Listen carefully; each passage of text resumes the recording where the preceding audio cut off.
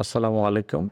আমি নূরি আলম, প্রাইম ইসলামী লাইফ ইন্স্যুরেন্সের deputy vice president এবং ইনচার্জ ট্রান্সপোর্ট হিসেবে কর্মরত আছি। আসলে ২০১৫ সালে আমাদের কোম্পানির নীতিমালা অনুযায়ী আমরা যে ফুয়েল বিলটা দিয়ে থাকি, তাতে আমাদের একটা লিমিটেশন আছে যে মাসে এতদিন চলাচল করতে হবে গাড়ি।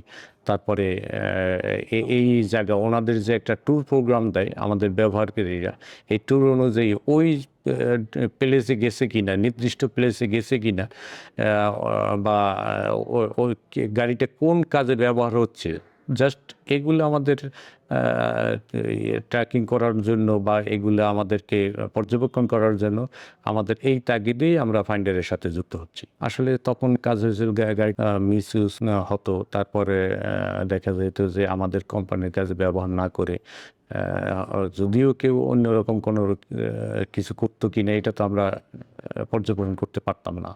ট্র্যাকিং সিস্টেমটা লাগানোর পরে আসলে আমরা সবকিছু আমাদের কন্ট্রোলেই আছে যে আসলে গাড়িটা ঠিকভাবে ইউজ হচ্ছে। আসলে ফাইন্ডারের সাথে আমরা খুবই একটা মানে আমাদের এখন ফ্যামিলির মতো হয়ে গেছে। ফাইন্ডারের যে আমাদের যে টিমটা আছে, ওনাদেরকে যে আমরা যে কোনো সমস্যায় পড়লে ওনারা এত দ্রুত ওইটার সমস্যার সমাধান করে, যেটা আমরা খুবই স্যাটিসফাই।